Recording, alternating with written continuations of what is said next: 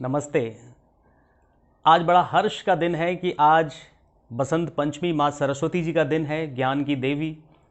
और आज भगवान के आशीर्वाद से आज हमारा 100वां एपिसोड है। पंडित जी आपको प्रणाम, नमस्कार गुरु जी।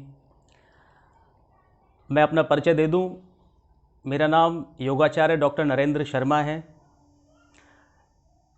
ये भागवत का जो ये कार्यक्रम ईश्वर के आशीर्वाद से प्रारंभ हुआ है, उन्हीं की प्रेरणा से आरंभ हुआ है। मैं थोड़ा उसके बारे में कहना चाहूँगा। योगाचार्य होते हुए अपनी स्टडीज़ के दौरान और अपनी उत्कंठावश कई ग्रंथों का, टेक्स्ट का अध्ययन करने के बाद, चाहे वो हठ योग हो, पतंजलि योग हो, भगवत गीता हो, योग वशिष्ठ हो, उपनिषद हो एंड अन्य ग्रंथों को पढ़ने के बाद जो एक इच्छा ईश्वर को जानने की, स्वयं को जानने की, अपनी आत्मा को समझने की, पूरे इस समष्टि को समझने की जो एक उत्कंठा होती है, एक इच्छा होती है,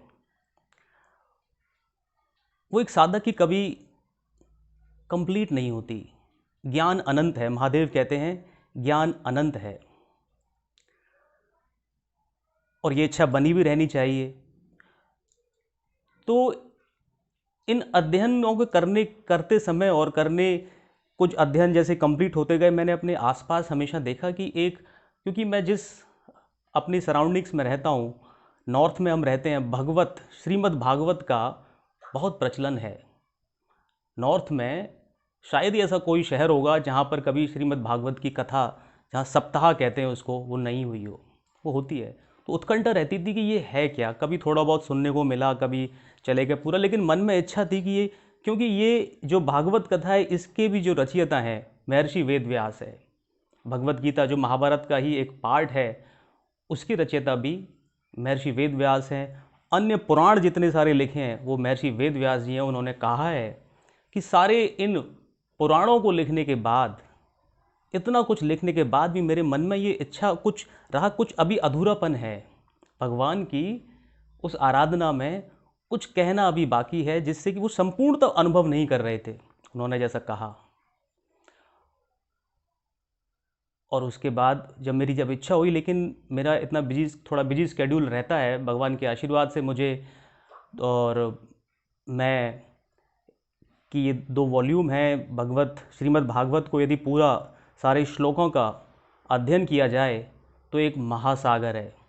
बहुत समय चाहिए इसको पढ़ने के लिए। 7 दिन में तो भक्तों की सुविधा के लिए हमारे जो बुद्धजन हैं वो उनके सामने उनके लिए इम्पोर्टेंट चीज़ें रखते हैं, जिससे कि लोग उनका मार्गदर्शन हो सके, भक्ति में वो प्रवेश कर सकें। लेकिन जो साधक है वो संपूर्णता से हर शब्द को मनन करना चाहता है, अध्ययन करना चाहता है, बार बार जानना चाहता है। तो मेरे जो प्रथम योग गुरु हैं वो परम पूजनीय श्री बुद्धराम शर्मा जी हैं। मेरी जीवन की प्रथम आध्यात्मिक गुरु मेरे साथ हैं पंडित श्री मंजू शर्मा। तो मैंने निवेदन किया मेरी आध्यात्मिक गुरु जो कि मेरी माँ भी हैं, कि क्या आप मेरे लिए, आप इस श्रीमद् भागवत को, आप इसका वाचन कर सकती हैं। उनकी उम्र के साथ की जो समस्याएं होती हैं, उसके साथ कहने में मैंने संकोच से उनसे मैंने निवेदन किया, क्योंकि इसके लिए इस व्रत को शुरू किया है तो उसकी जो नियमितता है। लेकिन मैंने बचपन से ही इनका ईश्वर के प्रति जो आराधना, उनका लगाव जो देखा है, वही बीज जो है मेरे अंदर है, जो मुझे भक्ति की तरफ, मुझे अपनी तरफ खींचते हैं। तो मैंने निवेदन किया और उन्होंने बड़े प्रेम से स्वीकार कर लिया। मैं आपका बार बार आभारी हूँ कि आपने इसको स्वीकार किया भगवान के आशीर्वाद से। और इन्होंने जब इसको स्टार्ट किया तो जब मैं यहाँ इनके पास होता हूँ तो मैं आमने सामने सुनने का, मैं वहाँ, आप जहाँ हैं वहाँ, मैं उधर की तरफ बैठा होता हूँ और एक एक शब्द को सुनने का, इनका जो जो धारा प्रवाह और जिस रंजकता के साथ ये जो शब्दों को ऐसे मोती में पिरोकर जो जिस तरह से बोलती हैं, बस मतलब कानों में ऐसे संगीत से कम नहीं है। वो आनंद से भर जाता हूँ मैं। तो मुझे लगता है आपको भी वही आनंद आता होगा। शब्द तो वेद व्यास जी के हैं, लेकिन जो उनका वाचन शायद वेद व्यास जी ही इनके अंदर इस व्यासपीठ पर आकर इनके अंदर ही शायद वो जिस भाव से वो कहना चाहते हैं वो भाव व्यक्त हो जाते हैं। और इतना अभी ये 100 एपिसोड हो गए हैं। 100 एपिसोड होने के बाद मैं अपना अनुभव बताऊं, मैं ये समझता था कि शायद ये कहानी किससे होते होंगे इसमें भगवत कथा में, श्रीमद् भागवत में। लेकिन जब मैंने इसको सुना तो मैं आपको ये कह सकता हूँ, आपने एक एक्लेयर्स की एक टॉफ़ी आती है, शायद आप सभी ने खाई होगी वो टॉफ़ी। उस टॉफ़ी को हम खाते हैं, कैसी लगती है? मीठी लगती है। कैसी लगती है? मीठी लगती है वो टॉफ़ी। तो अच्छी लगती है, टेस्टी लगती है। अब खाते जाओ खाते जाओ खाते जाओ, खाता नहीं मतलब उसको चूसते जाओ। लास्ट में उसमें एक लिक्विड सा आता है। तो आपने चॉकलेट, वो जो चॉकलेट जो लास्ट में आती है, तो इतने सारे मैंने योग के, हठ योग के, घरण्य संगीता, मेरे हठ प्रदीपिका, पतंजलि योग सूत्र, योग वशिष्ठ, सबको इतने, नारद भक्ति सूत्र, उसको मैं प्रणाम करता हूँ नारद जी को उस भक्ति के लिए जिन्होंने मुझे प्रवेश कराया इस भक्ति मार्ग में।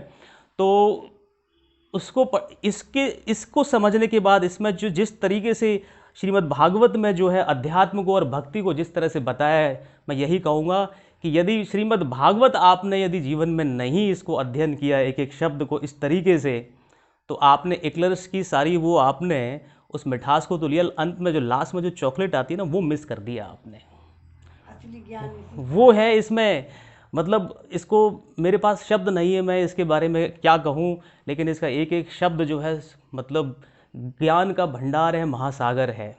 आनंद के गोते लगाने के लिए आपके अंदर के जो अज्ञान में, कहीं ऐसा होता है ना कि आपने बहुत कुछ घर आपने कर लिया, मैंने बहुत अच्छे से साफ़ कर लिया, जब फिर आपका घर में के वैक्यूम क्लीनर लेके निकलते हैं तो उन कोनों में से भी छोटी छोटी जो गंदगी रह गई होती है ना, वो भी उनको खींच के बाहर निकाल लेता है। उस वैक्यूम क्लीनर के लिए की तरह है ये उन साधकों के लिए, उच्च लेवल के साधकों के लिए और सहज भक्तों के लिए भी, कि वो आपके उन अनसीन अननोन कचरों को बाहर निकालकर आपको ज्ञान से भर देता है।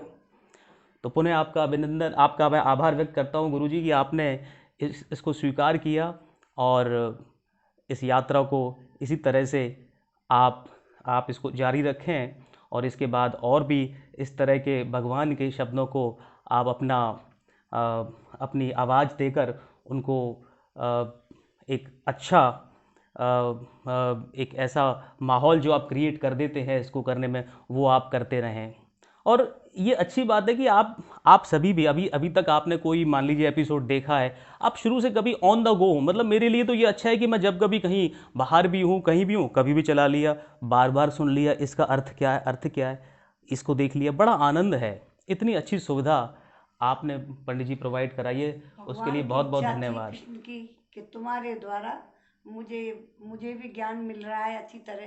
जो मैंने सप्ताह तो बहुत सुनी है, लेकिन इसमें जो ज्ञान पूरा लिखा हुआ है वो ज्ञान बहुत ही ज़्यादा है। देखो, अब हम इस ज्ञान के अभी परे रहती थी, और भी मैंने सिर्फ पुराण वगैरह के ही पढ़ लिए, लेकिन उनमें भी खूब ज्ञान था, लेकिन इसके बिना अधूरा था। गुरुजी ये तो आपकी हो जाए अब श्रीराम नारायण ये तो आपका बड़प्पन है, और आपकी ये सहज आप ये कह रहे हैं कि आपको, लेकिन आपका जो ज्ञान मैंने देखा है जिस तरीके से आप में आए हो मेरे पास। अरे नहीं गुरुजी, तो ये मिला मैं आपको आपका पुस्तक भी इसी ने ला के दिए मेरे लिए, तो नरेंद्र ने, योगी आदमी है। अब मैं चाहूँगा कि पंडित जी आप आज 100वें एपिसोड की शुरुआत करें। माँ सरस्वती के चरणों में नमन है। आज तो काली अनाज पर हुआ काम। चलिए अब आप प्रारंभ करें।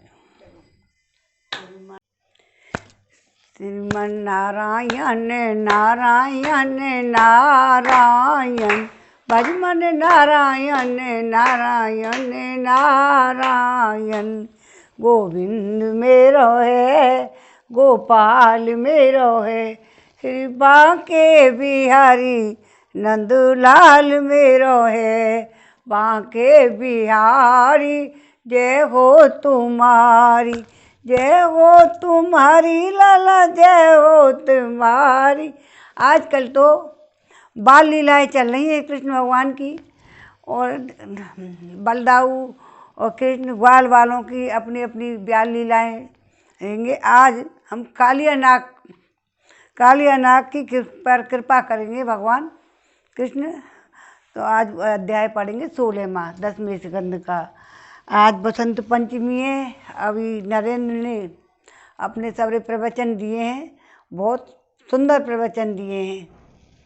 और अब कथा सुनो। कालिया पर कृपा। श्री सुखदेव जी कहते हैं, परीक्षित, जब भगवान श्री कृष्ण ने देखा कि महाविषघर कालिय नाग ने यमुना जी का जल विषैला कर दिया है, तब यमुना जी को शुद्ध करने के विचार से उन्होंने वहाँ से उस सर्प को निकाल दिया। राजा परीक्षित ने पूछा, ब्राह्मण, भगवान श्री कृष्ण ने यमुना जी के अगाध जल में किस प्रकार उस सर्प का दमन किया?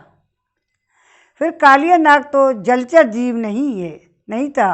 ऐसी दशा में हुए अनेक युगों तक जल में क्यों और कैसे रहा, और सो बतलाइए।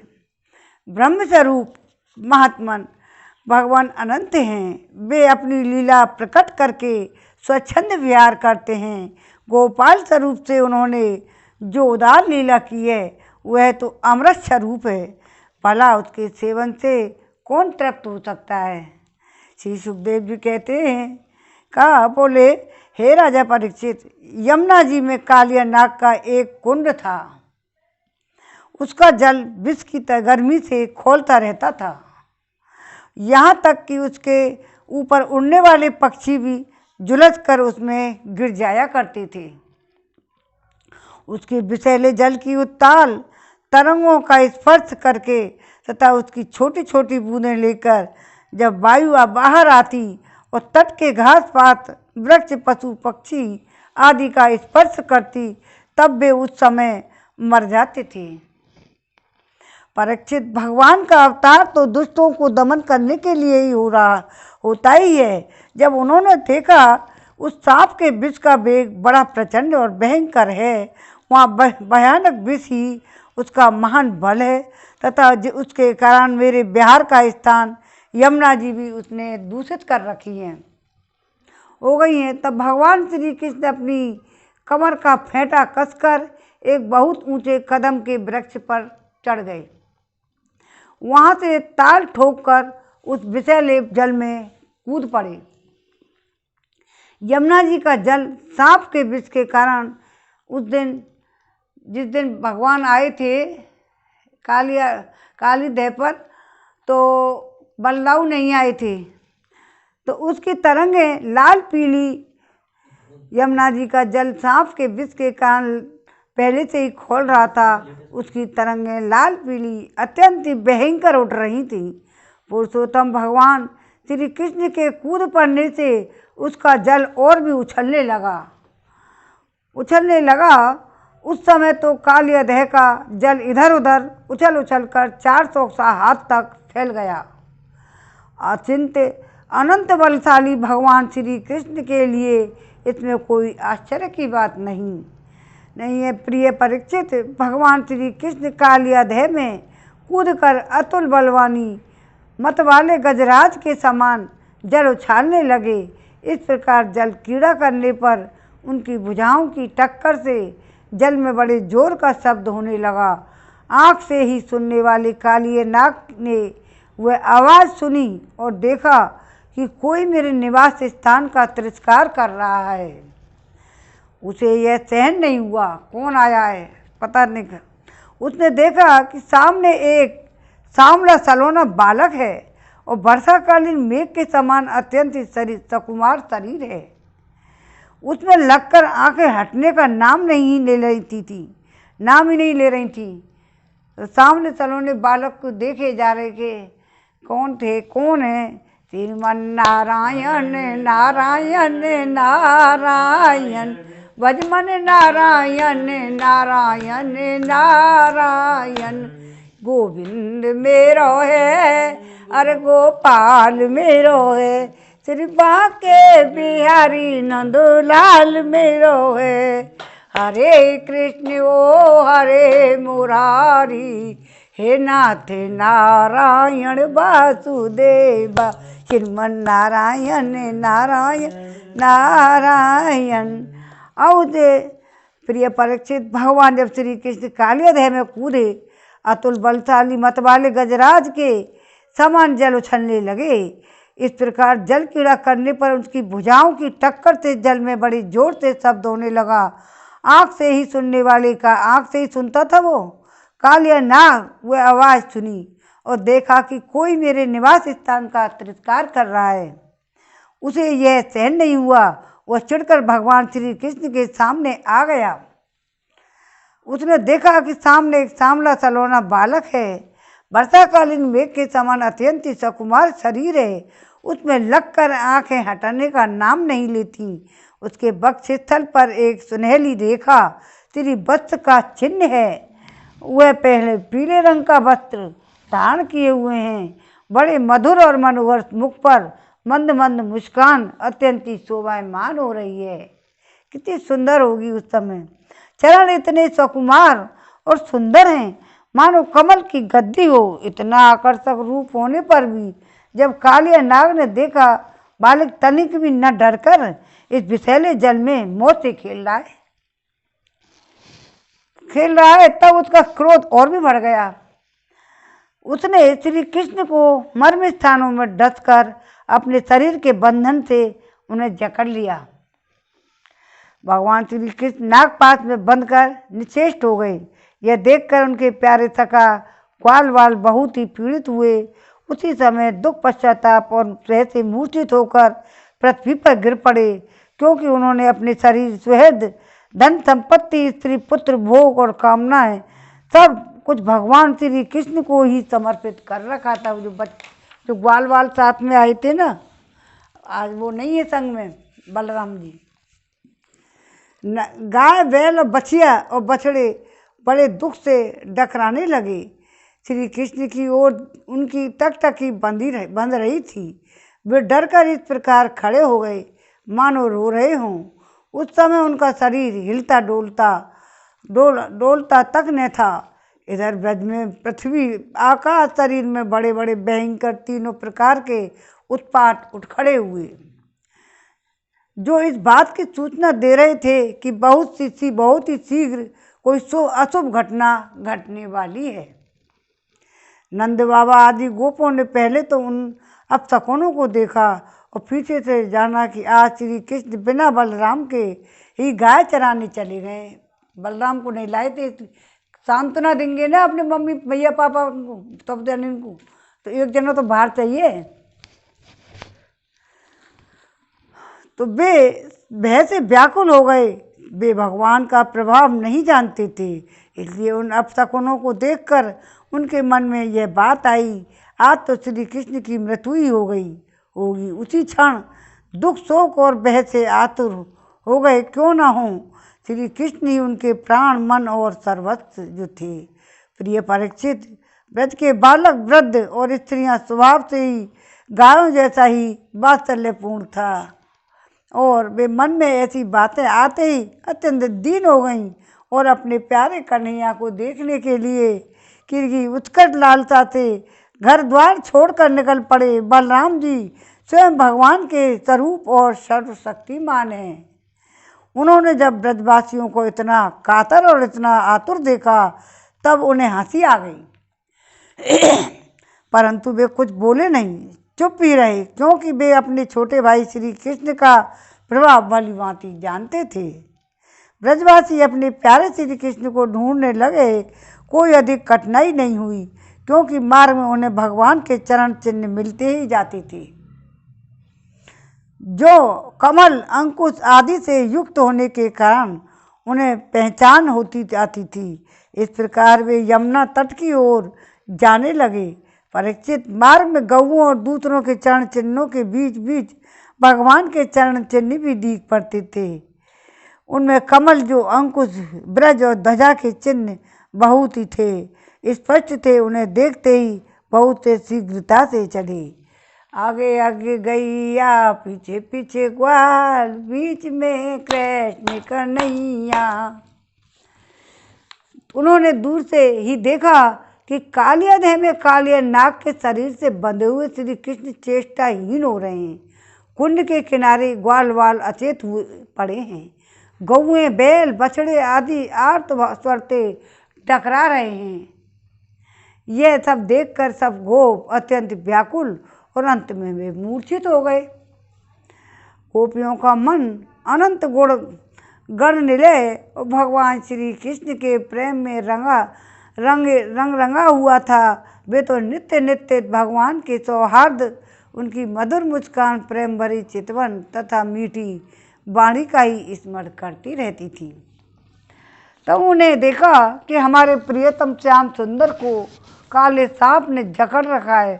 तब तो उनके हृदय में बड़ा ही दुख और बड़ी ही जलन हुई। अपने प्राण वल्लभ जीवन संग सर्वस्व के साथ के बिना वे तीनों लोग सूने दिखने लगे। माता यशोदा तो अपने लाल के पीछे कालिया देह में कूदने ही जा रही थी, परंतु गोपियों ने कोई को बालक में जहर में घुस जाए और जब पानी पीते ही मर जाए, आदमी पास में आती तो फुंकारती, तो फिर वहाँ कितनी हालत खराब हुई होगी सब गाँव की। तो हृदय में वैसी ही पीड़ा थी। उनकी आंखों से भी आंसुओं की झड़ी लगी हुई थी। सबकी आंखें श्री कृष्ण के मुख कमल पर लगी थी।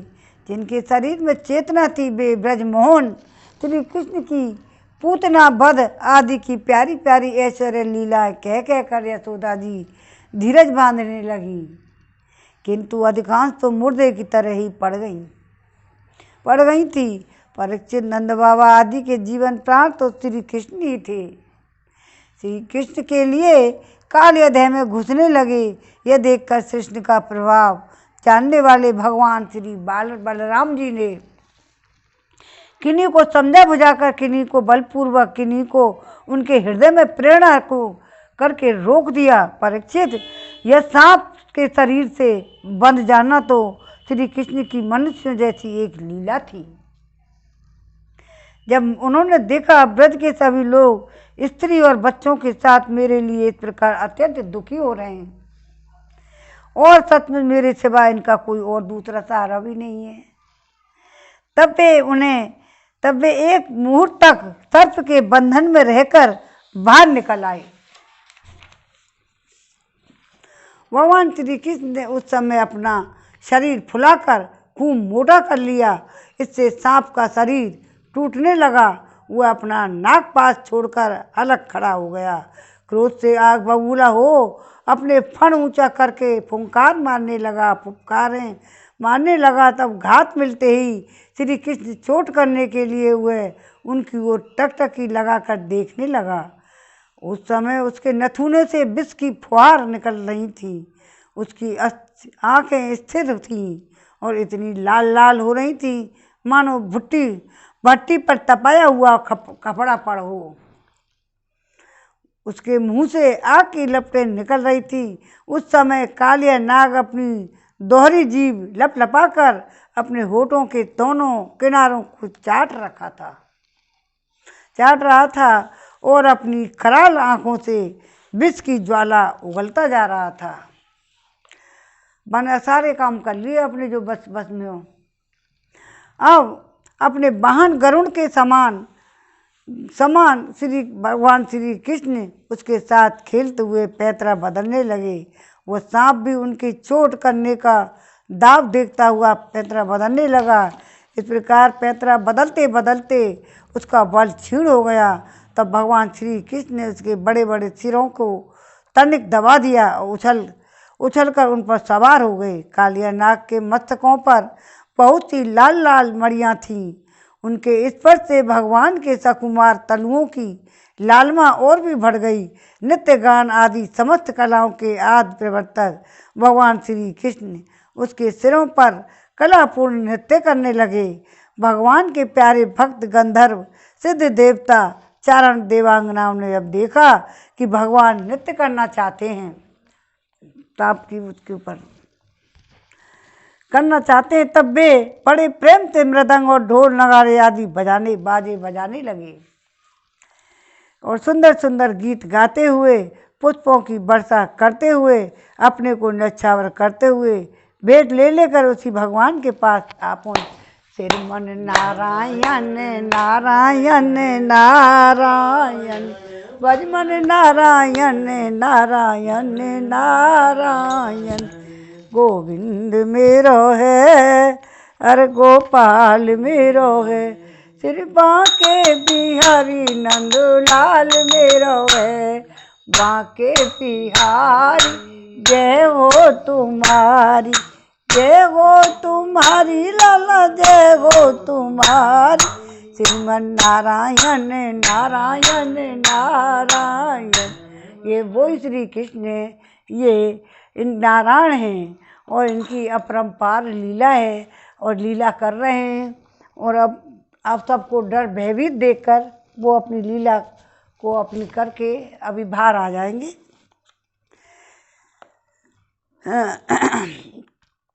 भगवान श्री कृष्ण उसके सिरों पर कलापूर्ण नृत्य करने लगे।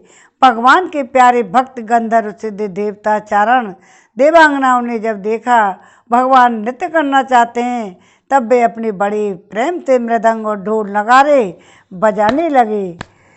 बजाते बजाते सुंदर सुंदर गीत गाते हुए, पुष्पों की वर्षा करते हुए, अपने को न्यौछावर करते हुए भेंट ले लेकर उसी समय भगवान के पास आ पहुँचे। एक कालिया नाग का हम भी गब्बाएंगे, पूरा कर लें। परीक्षित, कालिया नाग के 101 सिर थे। कितने? 101 सिर। वह अपने जिस सिर को नहीं झुकाता था उसी को प्रचंड दंडधारी भगवान अपने पैरों की चोट से कुचल डालते। इससे कालिया नाग की जीवन शक्ति क्षीण हो चली। वह मुंह और नथुनों से खून उगलने लगा। अंत में चक्कर काटते काटते वह बेहोश हो गया। तनिक भी चेत होता तो वह अपनी आंख से विष उगलने लग जाता। क्रोध के मारे जोर जोर से फुफकारने मारने लगता। इस प्रकार वह अपने सिरों में से जिस सिर को ऊपर उठाता उसी को नाचते हुए भगवान श्री कृष्ण ने अपनी चरणों की ठोकर से झुकाकर रोंद डालते। उस समय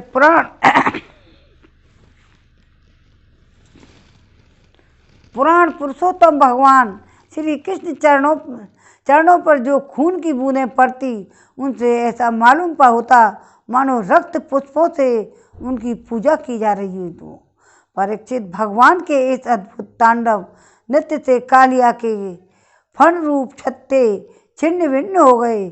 उसका एक एक अंग चूर चूर हो गया। मुंह से खून की उल्टी होने लगी। अब उसे सारे जगत के शिक्षक प्राण पुरुष भगवान नारायण की स्मृति आई। फिर भगवान की करने लगा। वह मन ही मन भगवान की शरण में आया।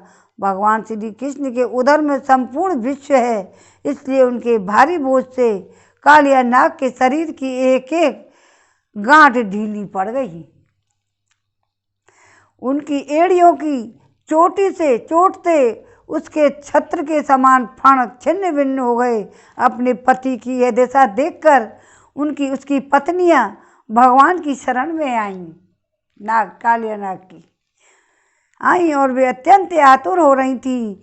भय के मारे उनके वस्त्राभूषण अस्त व्यस्त हो रहे थे और केश की चोटियां भी बिखर रही थी। उस समय उन साध्वी नाग पत्नियों के चित्त में बड़ी घबराहट थी।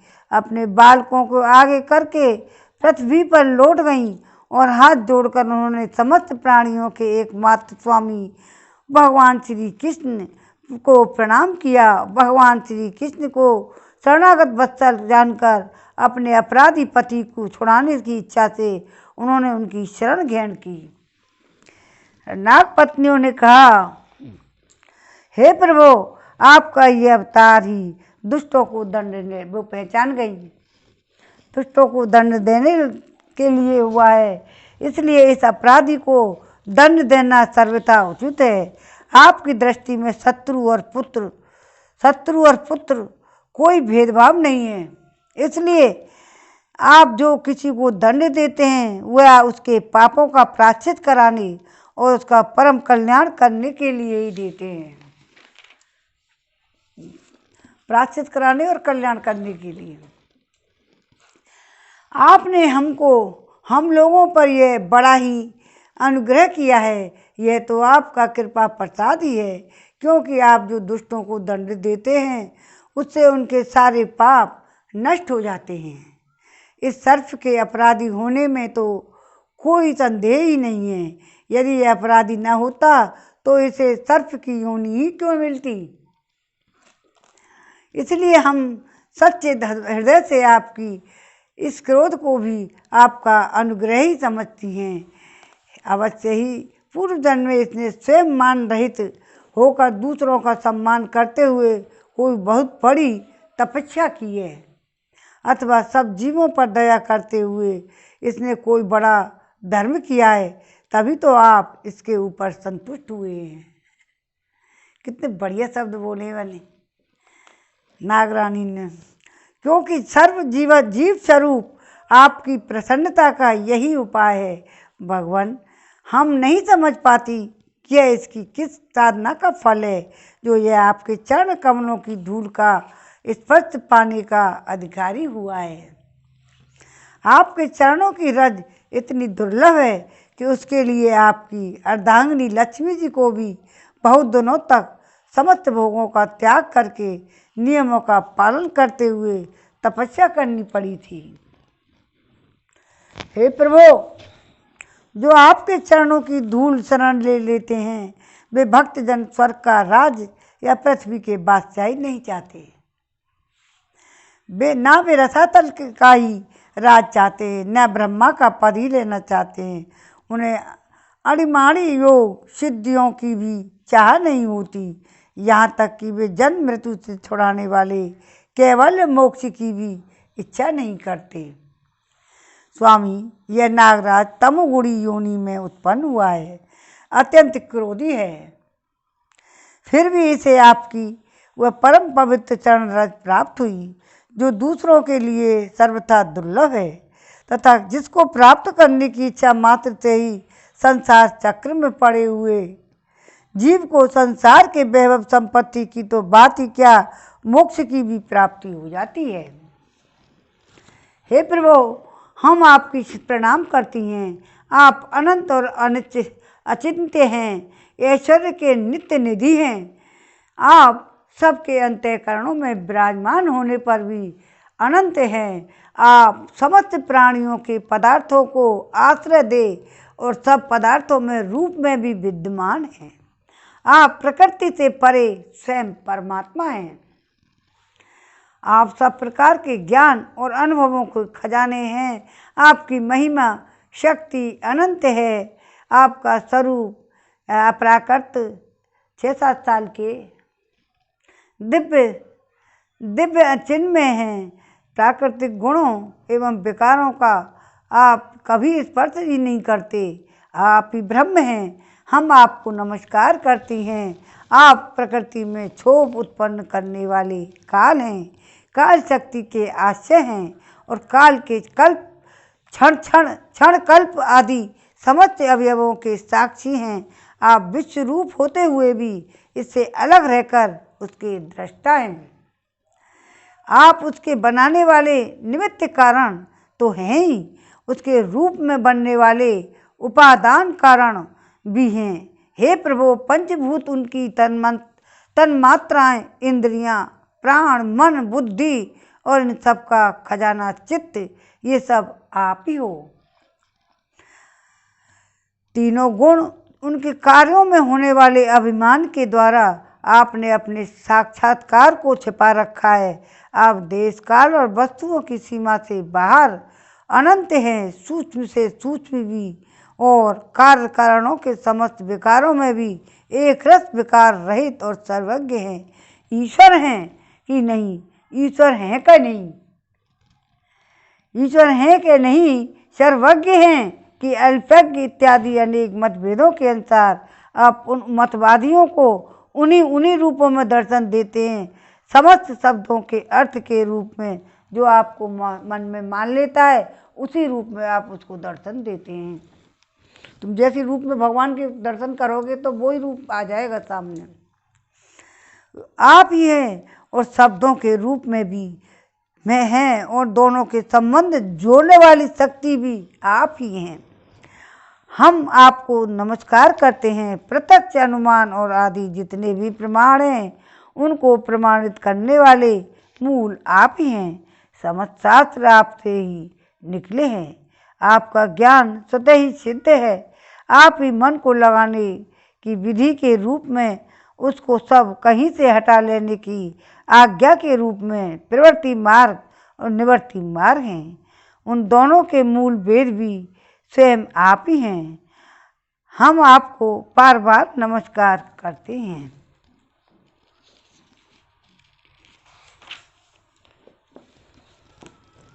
आप शुद्ध तत्व में वसुदेव के पुत्र वासुदेव और संकर्षण एवं प्रद्युम्न अनिरुद्ध भी हैं।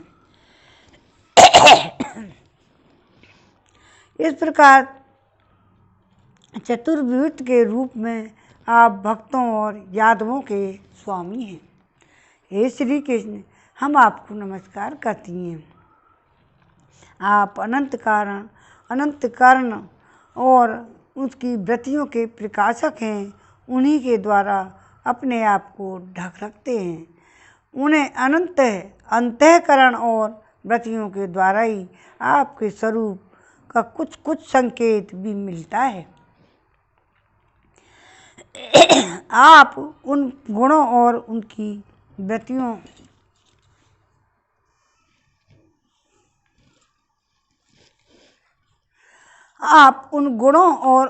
वृत्तियों में साक्षी और स्वयं प्रकाश हैं। हम आपकी नमस्कार करती हैं।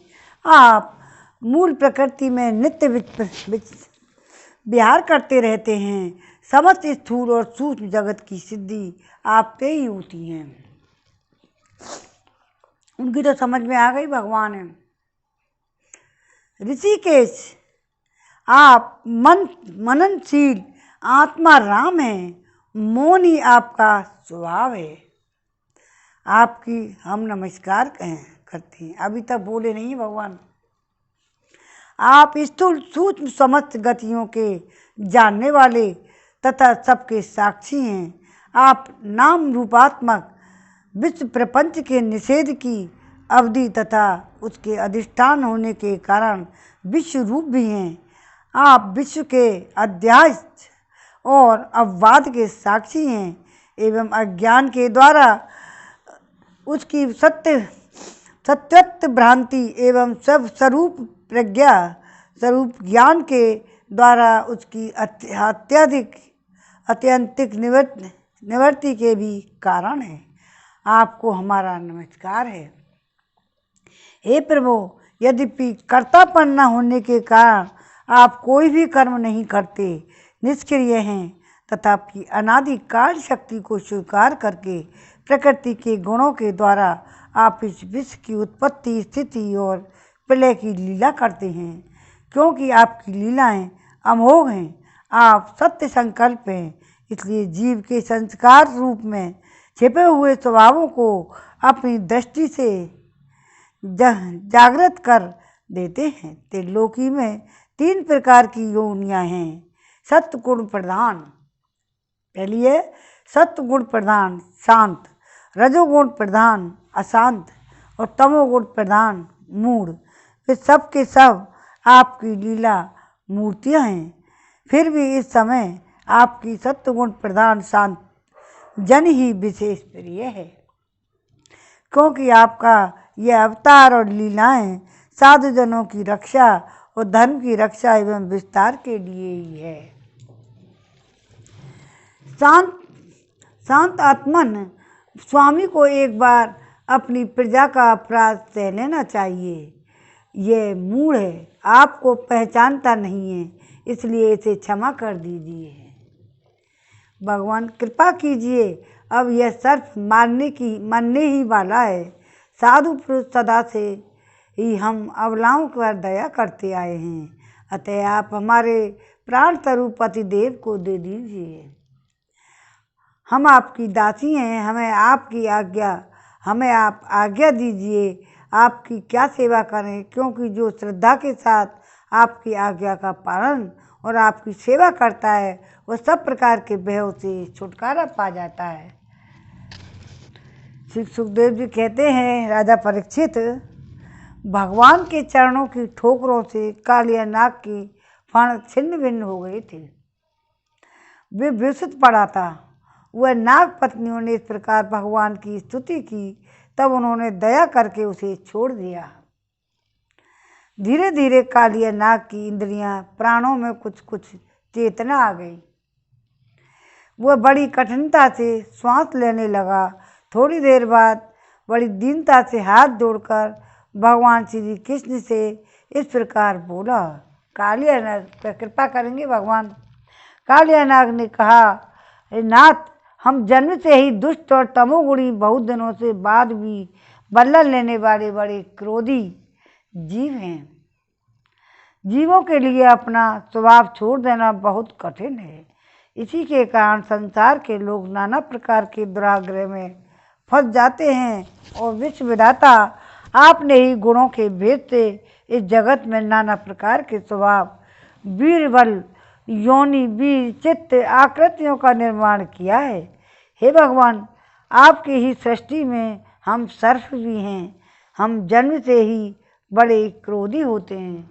जहाँ जहाँ भगवान जब विष निकला था ना, उसमें सर्पों का तो विष निकला था, वह जब शिव जी ने जो पिया था ना, जहाँ जहाँ टपक गया वहाँ ये बिस्तर, बिच्छू, सांप, ये जहरीले के कीटाणु पैदा हो गए थे।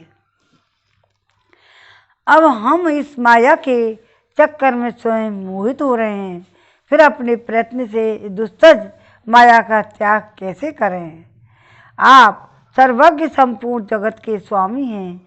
आप ही हमारे स्वभाव और इस माया के कारण हैं। अब आप अपनी इच्छा से जैसा ठीक समझें कृपा कीजिए या मुझे दंड दीजिए। सुखदेव जी कहते हैं, कालिया नाग को यह बात सुनकर लीलामय मनुष्य भगवान श्री कृष्ण ने कहा, हे सर्प, अब तू यहाँ से नहीं रहना चाहिए। तुम यहाँ से चला जा। तू अपने जाति भाई, पुत्र और स्त्रियों के साथ शीघ्र ही यहाँ से समुद्र में चला जा। अब गौएं और मनुष्य यमुना जल का उपभोग करें। जो मनुष्य दोनों समय तुझको दी हुई मेरी इस आज्ञा का स्मरण तथा कीर्तन करे, उसे सांपों से कभी भय नहीं होगा। मैंने इस कालियादेह में क्रिया की है, इसलिए जो पुरुष इसमें स्नान करके जल से देवता और पितरों को तर्पण करेगा, यह उपवास करके मेरा स्मरण करेगा, करता हुआ मेरी पूजा करेगा, वह सब पापों से मुक्त हो जाएगा।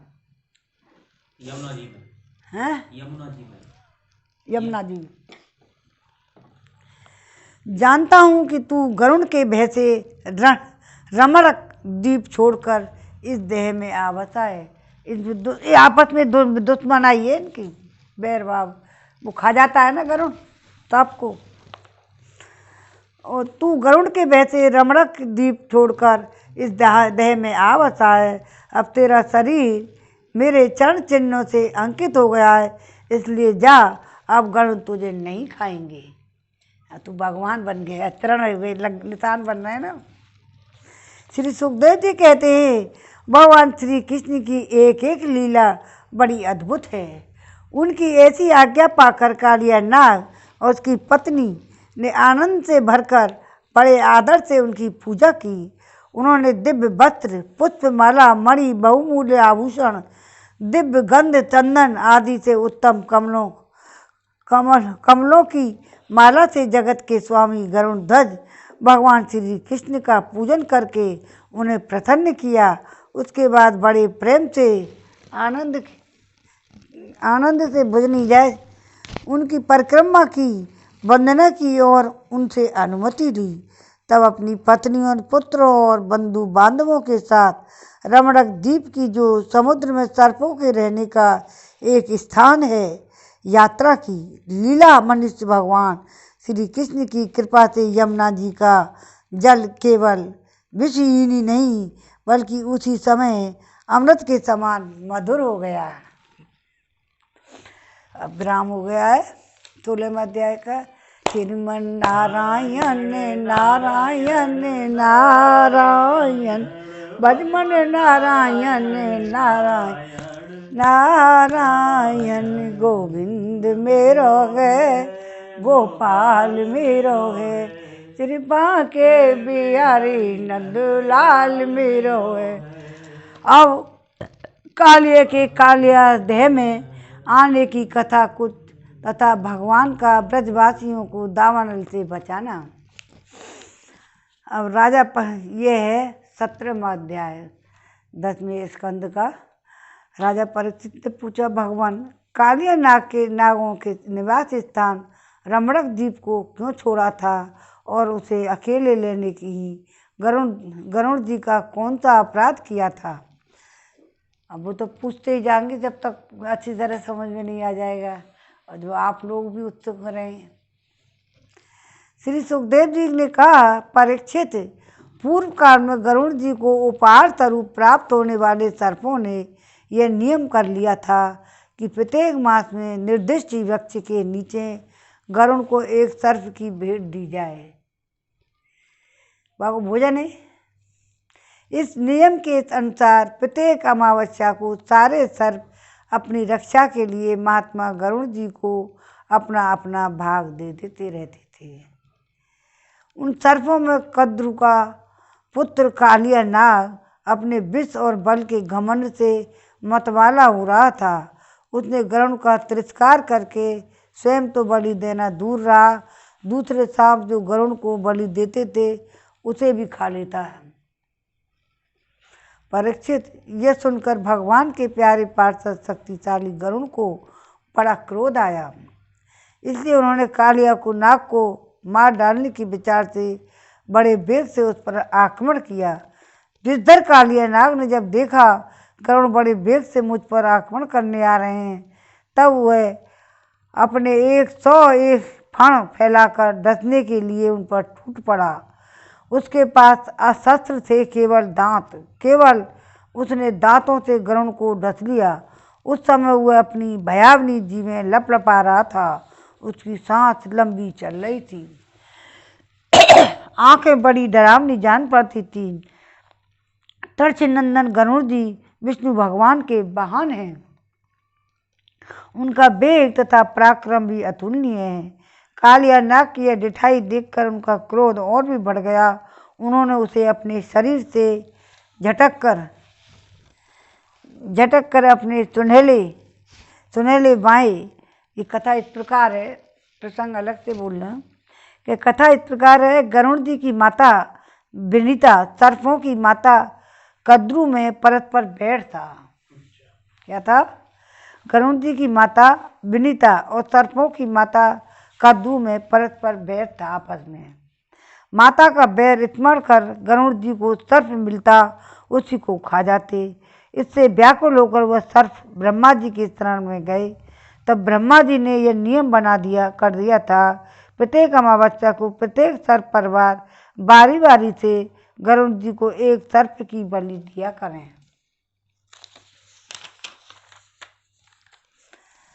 सर्प की बलि तो मैं सबका दाह दूर करने के लिए अवतीर्ण हुआ हूँ, इसलिए यह दाह दूर करना भी मेरा कर्तव्य है। तो ये आगे आएगा अग्निपान में। तो ये कारण ये था। पंख से कालिया नाग पर जोर से प्रहार किया। उनकी पंख की चोट से कालिया नाग घायल हो गया। यह घबरा कर वहाँ से भगा, यमुना जी के इस कुंड में चला आया। और यमुना जी का यह कुंड गरुड़ के लिए ये अगम्य था, साथ ही यह इतना गहरा था कि उसमें दूसरे लोग भी जा नहीं सकते थे। इसी स्थान पर एक दिन क्षुधातुर गरुड़ ने तपस्वी सौरभ, मतलब इसमें श्राप मिला हुआ था इसलिए नहीं आ पाते, गरुड़ जी माते खा जाते बात। सौरभ जी के मना करने पर भी अपने अभिष्ट मत्स्य को बलपूर्वक पकड़कर खा लिया।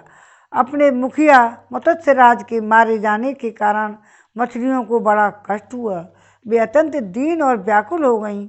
उनकी यह दिशा देखकर महर्षि सौवरी को बड़ी दया आई।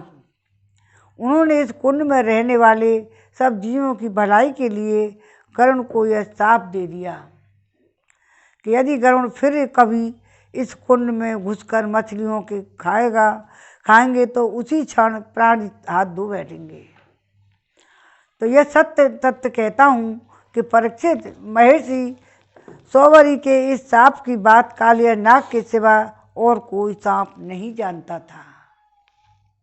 इसलिए वह गरुड़ के भय से वहाँ रहने लगा था और अब भगवान श्री कृष्ण ने उसे निर्भय करके वहाँ से रमणक द्वीप में भेज दिया। परीक्षित, इधर भगवान श्री कृष्ण दिव्य माला, गंधर्वंद्र और बहुमूल्य मणि और सुवर्ण में आभूषण से विभूषित हो उस कुंड से बाहर निकले। उनकी देखकर सबके सब ब्रजवासी इस प्रकार उठ खड़े हुए जैसे प्राणों को पाकर इंद्रियां सचेत हो जाती हैं।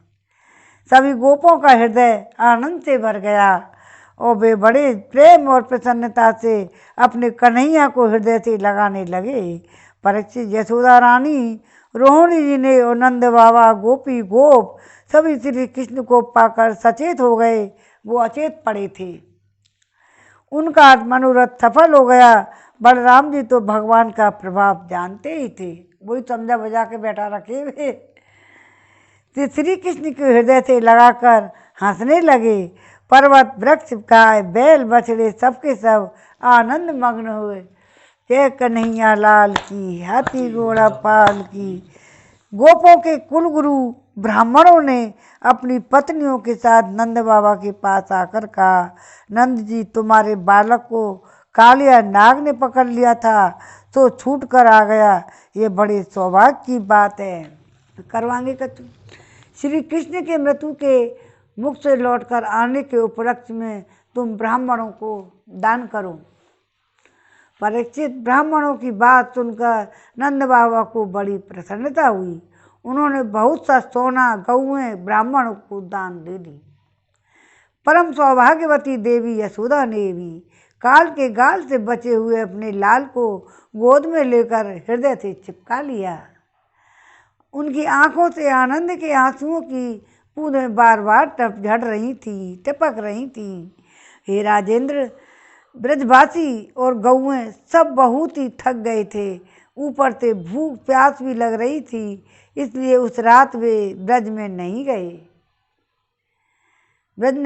वहीं जमुना जी के तट पर ही सो गए। गर्मी के दिन थे, उधर का वन सूख गया था। आधी रात को समय उसमें आग और लग गई। उस आग ने सोए हुए ब्रजवासियों को चारों ओर से घेर लिया, उन्हें जलाने लगी। आग की आंच लगने पर ब्रजवासी घबरा कर उठ खड़े हुए। ये लीला मनुष्य भगवान की श्री कृष्ण की शरण में गए। उन्होंने कहा, प्यारे श्री कृष्ण, श्याम सुंदर, महाभाग्यवान बलराम, तुम दोनों का बल विक्रम अनंत है। देखो ये भयंकर आग तुम्हारे सगे संबंधी और हम सज्जनों को जलाना चाहती है। तुम में सब सामर्थ्य हो, हम बृहद हैं, इसलिए इस प्रलय की अपार आग से हमें बचाओ। हे प्रभु, हम मृत्यु से नहीं डरते, परंतु हम तुम्हारे अकुतोभ है चरण कमल छोड़ने में हम असमर्थ हैं। भगवान अनंत हैं, वे अनंत शक्तियों को धारण करते हैं। उन जगदीश्वर भगवान श्री कृष्ण ने जब देखा मेरे स्वजन इस प्रकार व्याकुल हो रहे हैं, तब वे उस भयंकर आग को पी गए। अब ये अध्याय भी पूरा हो गया है, विराम लगा देते हैं। और इसमें क्या अग्निपात्र का बात बताते हैं। मैं सबका दाह दूर करने के लिए अवतीर्ण हुआ हूँ, इसलिए यह दाह दूर करना भी मेरा कर्तव्य है। रामा अवतार में श्री जानकी जी को सुरक्षित रखकर अग्नि से ने मेरा उपकार किया था। अब उसको अपने मुख में स्थापित करके उसका सत्कार करना मेरा कर्तव्य है। तो अग्नि ने अपने पास रखा था ना जानकी जी को, रावण के पास तो वैसी गई 2 कॉपी। तो कर्तव्य है, कार्य का कारण लय होता है। भगवान के मुख से अग्नि प्रकट हुआ, मुखाद अग्निराज जायत, इसलिए भगवान ने उसे मुख में ही स्थापित किया। मुख के द्वारा अग्नि शांत करके यह भाव प्रकट किया कि भव दावाग्नि शांत करने में भगवान के मुख स्थानीय ब्राह्मण ही समर्थ हैं। और मुख होता है ना भगवान का, तो मुख बताया कि वो भी ब्राह्मण है। मुँह उनका एक ब्राह्मण है, हृदय में रहते हैं, यहाँ पे भी उनका चिन्ह है। तो बस हो जाए श्रीमन नारायण नारायण नारायण, भजमन नारायण नारायण नारायण। अब तो कोई ना कोई मारेंगे भगवान। अब प्रलंबासुर का उद्धार होगा कल। ठीक है।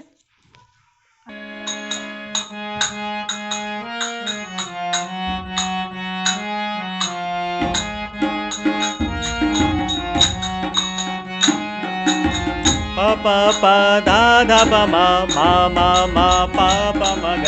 हे शारदे माँ, हे शारदे माँ, प प प धा धा प म म प प म ग। हे शारदे माँ, हे शारदे माँ, धा धा धा नी नि ध प ध प म ग म प। अज्ञानता से हमें शारदे माँ, धा धा धा नी नि ध प ध प म ग म प। अज्ञानता से हमें तार दे माँ, प प नि रे स नि सा। हे शारदे माँ, प प नि रे स नि सा। हे शारदे माँ, सा सा नि रे सा सा नि धा प धा नि नी ध नि ध प प ध प म ग म प। सा सा नि रे सा सा नि धा प धा नि नी ध नि ध प प ध प म ग म प। तू स्वर की देवी ये संगीत तुझसे, हर शब्द तेरा है हर गीत तुझसे। पा पा पा धा ध प म म म म पा प म ग। हम हैं अकेले, हम हैं अधूरे, पा पा पा धा ध प म म म म पा प म ग। हम हैं अकेले, हम हैं अधूरे, धा धा धा नी नि ध प ध प म ग म प। तेरी शरण हम हमें प्यार दे माँ, धा धा धा नी नि ध प ध प म ग म प। तेरी शरण हम हमें प्यार दे माँ, धा धा धा नी नि ध प ध प म ग म प। धा धा धा नी नि ध प ध प म ग म प। तेरी शरण हम हमें प्यार दे माँ, धा धा धा नी नि ध प ध प म ग म प। प प नि रे सा नि सा। हे शारदे माँ, प प नि रे सा नि सा। हे शारदे माँ, हे शारदे माँ, हे शारदे माँ, हे शारदे माँ, हे शारदे माँ। अज्ञानता से हमें तार दे माँ, अज्ञानता से हमें तार दे माँ। हे शारदे माँ, हे शारदे माँ, हे शारदे माँ।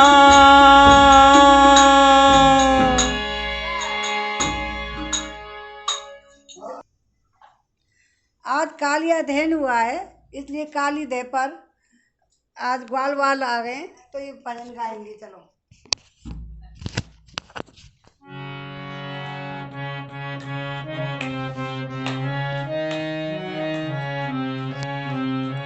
काली देह पे खेलन आयो री मेरो 1200 कन्हैया। काली देह पे खेलन आयो री मेरो 1200 कन्हैया। मेरो 1200 कन्हैया, मेरो छोटो सो कन्हैया। काली देह पे खेलन आयो री मेरो 1200 कन्हैया।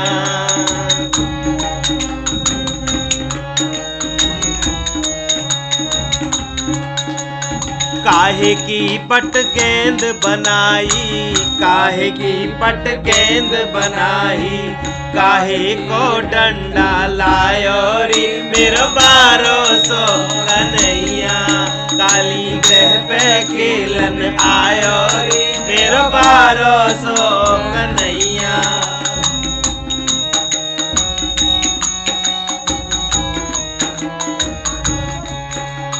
रेशम की पट गेंद बनाई, रेशम की पट गेंद बनाई।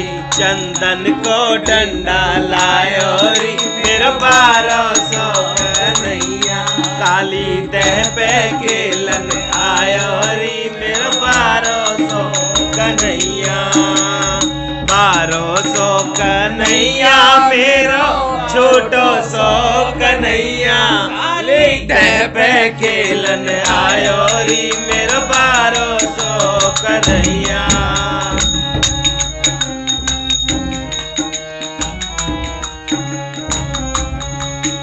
मारी टोल गेंद गई दह में, मारी टोल गेंद गई दह में। गेंद के संग ही धायो री मेरो 1200 कन्हैया। काली देह पे खेलन आयो री मेरो 1200 कन्हैया। मेरो 1200 कन्हैया, मेरो छोटो सो कन्हैया। मेरो 1200 कन्हैया, मेरो छोटो सो कन्हैया। काली देह पे खेलन आयो री मेरो 1200 कन्हैया।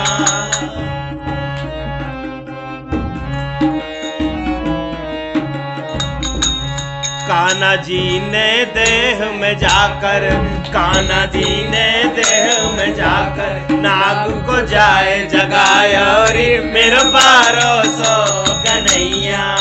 मेरो 1200 कन्हैया, मेरो छोटो सो कन्हैया। 1200 कन्हैया, मेरो छोटो सो कन्हैया। काली देह पे खेलन आयो री मेरो 1200 कन्हैया।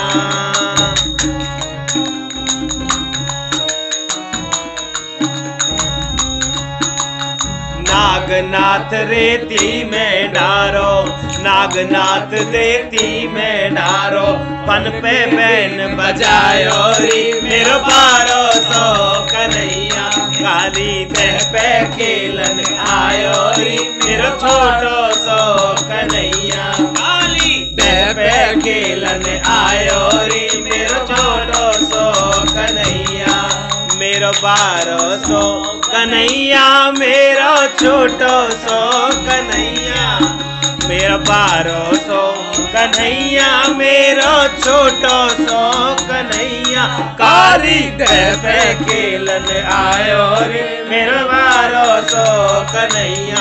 काली देह पे खेलन आयो रे मेरो 1200 कन्हैया। काली देह पे खेलन आयो रे मेरो 1200 कन्हैया। काली देह पे खेलन आयो रे मेरो 1200 कन्हैया।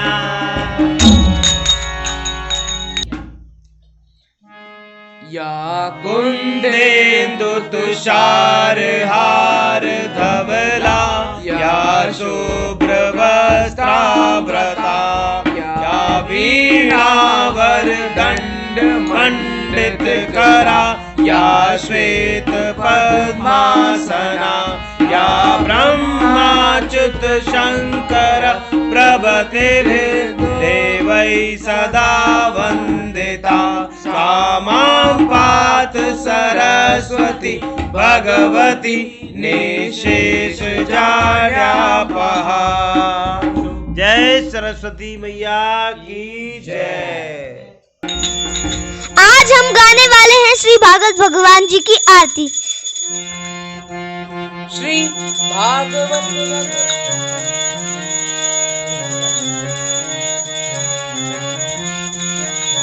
श्री भागवत भगवान की है आरती, पापियों को पाप से है तारती। श्री भागवत भगवान की है आरती, पापियों को पाप से है तारती। श्री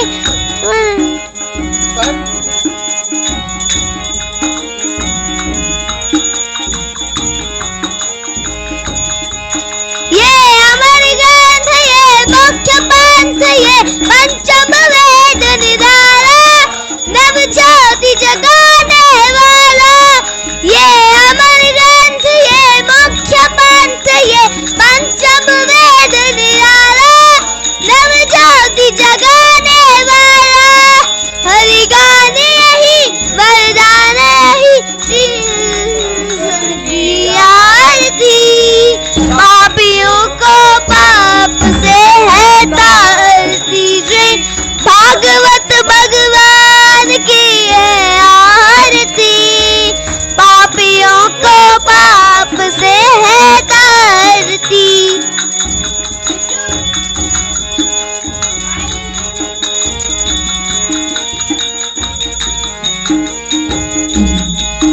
ये शांति गीत पावन पुनीत सा, कोप मिटाने वाला, हृदय रस दिखाने वाला।